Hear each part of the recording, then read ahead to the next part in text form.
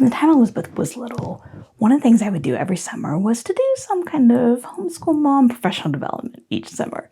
Something or some things to help me learn more about what we're going to learn about that coming year and to strengthen my skills. So today, I thought I would share with you what I'm going to do to prepare for homeschool year number 15. Before I get started though, if you've done this in the past or you do it every year, I'd love for you to share some of the resources that you've done before. So let me know how you approach it, what you use, etc. When I do this, I like to think of a few different categories, and I don't do them all every year, but generally speaking, I like to pick out something that's helps me learn about learning in general. Something related to history, something related to science, math, and then something for me, whether it's me as just a person, me as a mom, me as someone who's running the home, whatever. So for my plans this year, first one as far as thinking or general is a book called Thinking Fast, Thinking Slow. And it is a chunk of a book. I'm using the audio and it's like 19 hours and 4 minutes or something. It's going to be a big chunk. Not only is it really long, it's one of those books that you're going to need to think about. So 15 to 20 minute chunks is all I've been able to do at a time so far because it's a lot of information. Learning about how we think, how our brain reacts, the things we think about without actually actively thinking. Things like basic facts, or one of the examples was how if you hear a sound, how we can quickly attune to where that sound is coming from. And then the things that are slower, the things that we have to actively sit down and think about. Complex math problems. Who was the 17th president? That sort of thing. I'm really excited about the book. I've heard great things about it, but it's gonna be a lot. So the next thing that I picked out is for history, and the boys are both going to do Middle Ages this year. And I don't know about you, but when I think about the Middle Ages, I think about Europe. But obviously there's a lot of other things going on in the world as well. So when I came across Cosmopolitan Medieval Arabic World, perfect. This is a free course over on Coursera.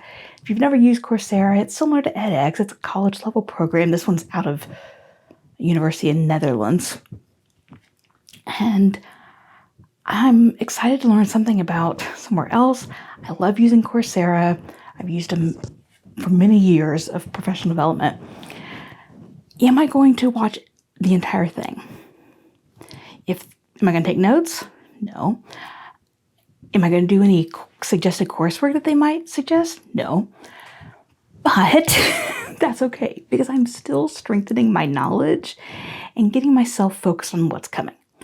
And that's what's important. Science. Ben is using Guest Hollow's Chemistry in the Kitchen, and I've got a video about that down there. Matthew, I'm not sure, but something with chemistry.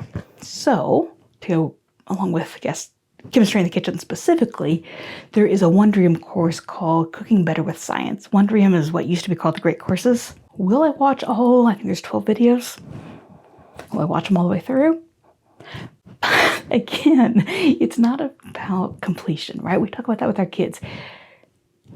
Completion isn't what matters. Not with your homeschool year and not with some professional development. Are you learning something? If so, mark it off and be done. The other thing I'm going to do is read through this, The Mystery of the Periodic Table. This is on Ben's reading list, and honestly, it's just a good book for chemistry in general. So we'll be doing it. I read part of it when Elizabeth went through that chemistry. I enjoyed it. I'm going to finish it or go through it again, start to finish with Ben, or for Ben's science. Math, my go-to standard is Khan Academy. It's a great way to just refresh your knowledge. I don't know about you, but it's been, I think I took Algebra 2 in 1993, I think. been a lot of years since I've done it. So as Ben approaches Algebra 2, Matthew Algebra 1, I need a refresher. I have used Khan Academy the entire time that I've been homeschooling, both as a resource for my kiddos, but as a resource for me as well. Sometimes it's amazing that just watching a couple videos is a refresher enough that I can pull the knowledge out and help my kiddos with a specific thing. Even though we outsource high school math, I still like to be available and help when I can, and this is a great way to just bring some of that fresh to mind before we do it. Now, for me, if you've ever made a comment or thought to yourself something like, I'm barely keeping up, what kind of a role model am I setting for my kids when the house looks like this, anything that's really a moral judgment about you based on how you are as managing the home, then the book, How to Keep House While Drowning, might be for you. The author is Casey Davis, and I follow her on Facebook, and I really enjoy her approach because she sets about, one, helping you find tips and tricks and think outside the box of the ways that you could manage your house that works for you and your home, but also helping you to separate that from you as a person. Because your role as a homeschool mom and a wife and a mom isn't judged by how well you do all of the housekeeping and the meal planning and all of that. It is not a moral judgment. You're not judged by that, or you shouldn't be judged, or you shouldn't judge yourself. I'm really excited for the book, both for the practical helps, but also that reminder that I'm so much more, and I'm worth so much more than how well I keep the home. And you are too. Said, I hope you have a great summer. Find something that you can do to help get yourself ready for the school year, and I will see you in the next video.